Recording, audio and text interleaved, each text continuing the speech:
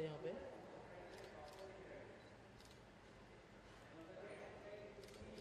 तो thank you sir.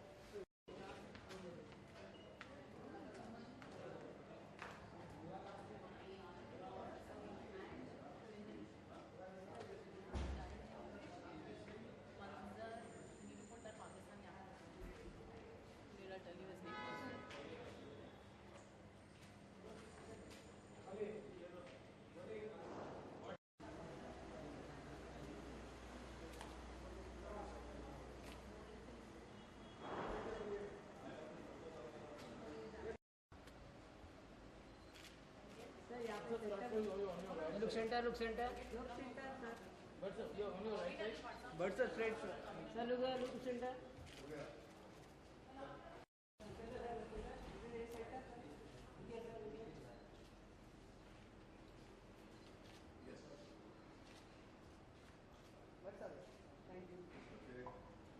Done. But sir अरे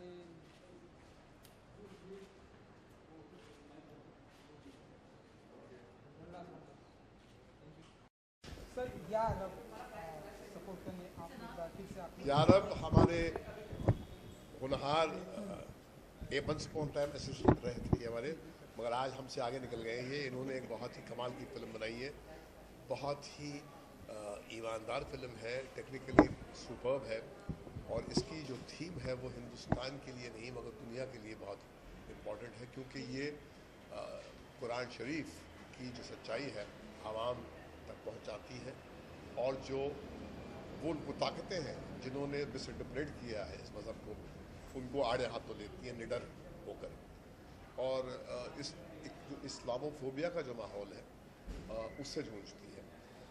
बहुत ही सीधी फिल्म है और आवाम के लिए बनाई गई फिल्म है। ये फेस्टिवल के लिए नहीं बनाई गई है, ये उन दर्शकों के लिए बनाई गई है जो शायद ऐसी ताकतों के हाथों में मोहरे बन सकते हैं, क्योंकि अक्सर हमारे नौजवान जो हैं जिनके पास ज़्यादा इल्म नहीं होता है, जिनके पास ज़्यादा समझ नहीं होती है, जो इम्प्रेशनेबल होते हैं, उनको ही कुछ ताकतें अपने फ़ायदे के लिए गलत एक इंटरप्रेट करके अपने मज़हब को औजार बनाते हैं, और इससे न ही मज़हब का नुकसान होता है उस मज़हब का, मगर इंसानियत का नुकसान होता है।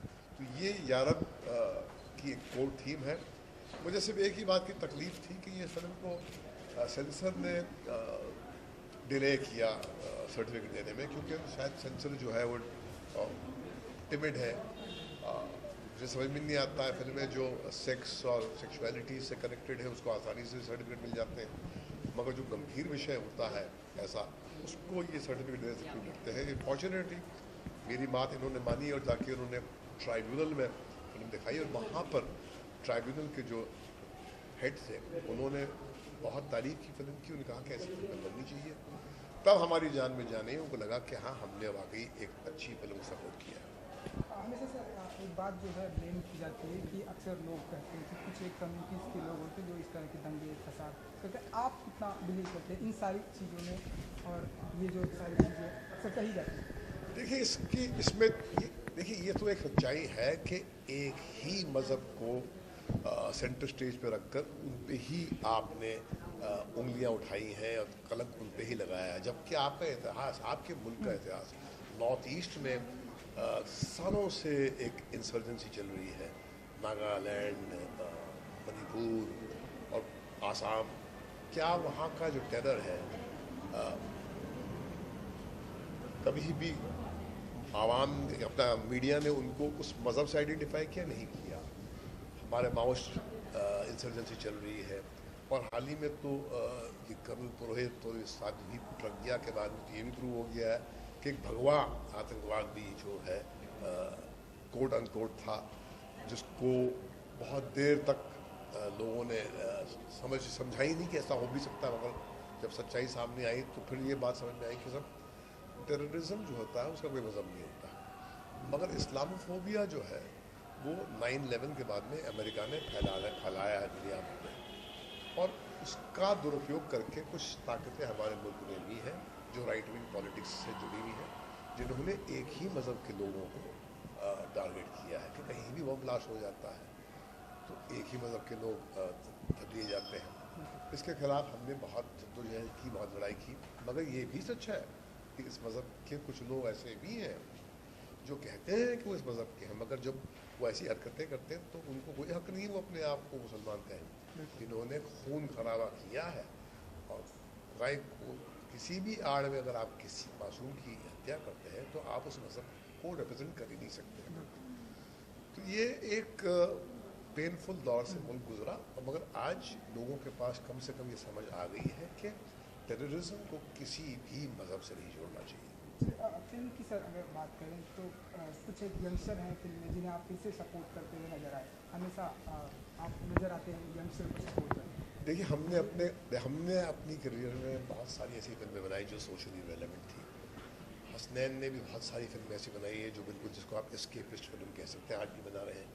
मगर जब इनको मैंने ये एक जिम्मेदारी दी कि एक ऐसे एक गंभीर इशू पर आपको फिल्म बनानी है, तो इन्होंने बिल्कुल मर्दों की तरह जिम्मेदारी ली, और फिर उसके साथ में वो ईमानदारी से अपना सब कुछ डाल के एक ऐसा प्रोडक्ट बनाया जो आगे चलकर लोगों को याद आएगा। और मुझे लगता है कि ये बहुत मुबारक की निशानी है कि हमारे नौजवान जो है डायरेक्टर्स हैं, वो इस कंज्यूमरिस्ट एज में ऐसी फिल्में आज भी बना सकते हैं और बनाकर उसको आवाम तक ले जाने के लिए जद्दोजहद करते हैं। हसनैन जी, आपसे भी एक सवाल है, इसके पहले जो ट्रेन डायरेक्ट किया आपने, जी, कैसे आइडिया है ये इस तरह की फिल्म बनानी चाहिए और लोगों के सामने पेश की जानी चाहिए? ये फिल्म जो है मुझे भट्ट साहब ने दी गई, और एक दिन सुबह मुझे कॉल आया भट्ट साहब का, एंड उन्होंने फ़ोन उठाया, मेरे को आवाज़ आई भट्ट साहब की कि इस तरह की फ़िल्म है जो बहुत ही गंभीर है, सेंसिटिव इशू है इसका, और कमर्शियल फिल्म तो तुम बहुत बना चुके हो, और कुछ अपने मज़हब के बारे में करना चाहते हो या कुछ एक गिफ्ट देना चाहते हो अपने मज़हब को, और बहुत ही संजीदा सब्जेक्ट है ये, और ये हमें एक मुसलमान होने की वजह से मेरे को खुद को काफ़ी जगह ऐसी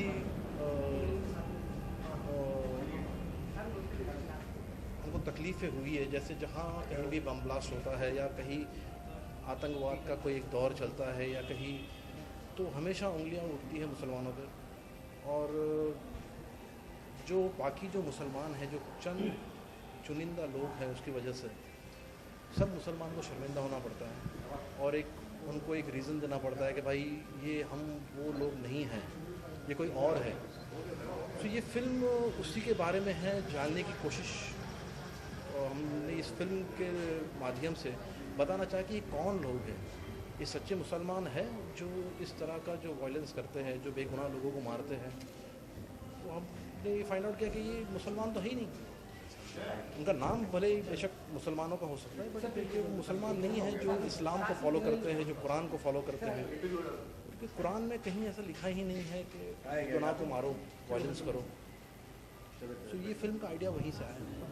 Look, yeah? Yes. Sir, look. So on your right.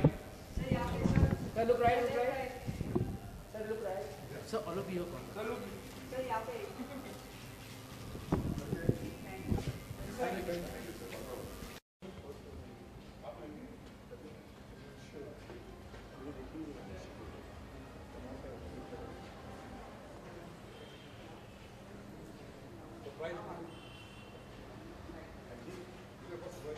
आ गया मुझे